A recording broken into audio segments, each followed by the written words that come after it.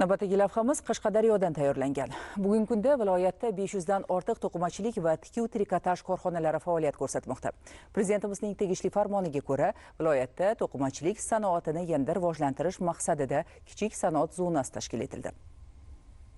Davlatimiz rahbarining paxta to'qimachilik klasterlari faoliyatini qo'llab-quvvatlash, to'qimachilik va tikuv trikotaj sanoatini tubdan isloh qilish hamda sohaning eksport salohiyatini yanada oshirish chora-tadbirlari to'g'risidagi farmoni ijrosini ta'minlash maqsadida Vohaning Koson tumanida to'qimachilikka ixtisoslashgan kichik sanoat zonasi tashkil etildi. Qariyb 40 gektardan oshiq maydonni egallagan sanoat zonasida foydalanilmay turgan binolarning mavjudligi tadbirkorlar uchun katta qulaylik tug'diradi. Ushbu sanoat zonasida 100 ga yaqin tadbirkorlik subyektini joylashtirish imkoniyati yaratildi.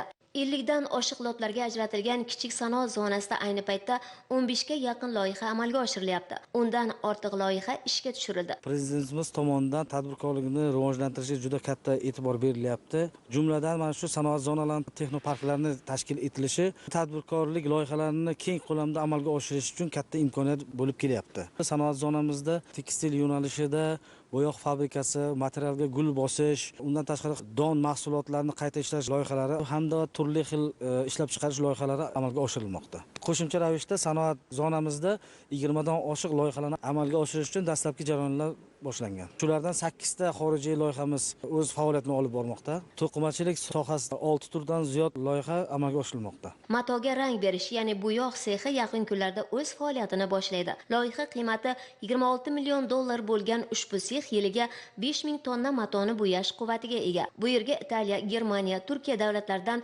zamonaviy texnologiyalar olib kelib o'rnatildi. Shu vaqtga qadar viloyatda bo'yoq sexi yo'qligi sababli bu jarayon Samarqand, Jizzax, Toshkent viloyatlaridagi mavjud korxonalar bilan shartnoma asosida amalga oshirilgan. Ushbu loyiha ishga tushishi bilan 300 ga yaqin yangi ish o'rinlari yaratiladi.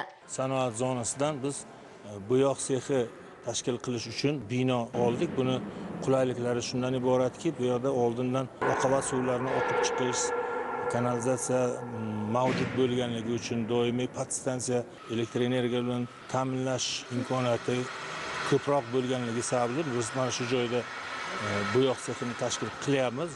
So'nggi montaj ishlari amalga oshirilyapti. Kuniga 10 tonna matoni bo'yoqdan chiqarib sifatli bo'yoq mato chiqarib berish quvvatga ega. Shuningdek, bu yerda matoga gul bosish loyihasi ham amalga oshirilyapti.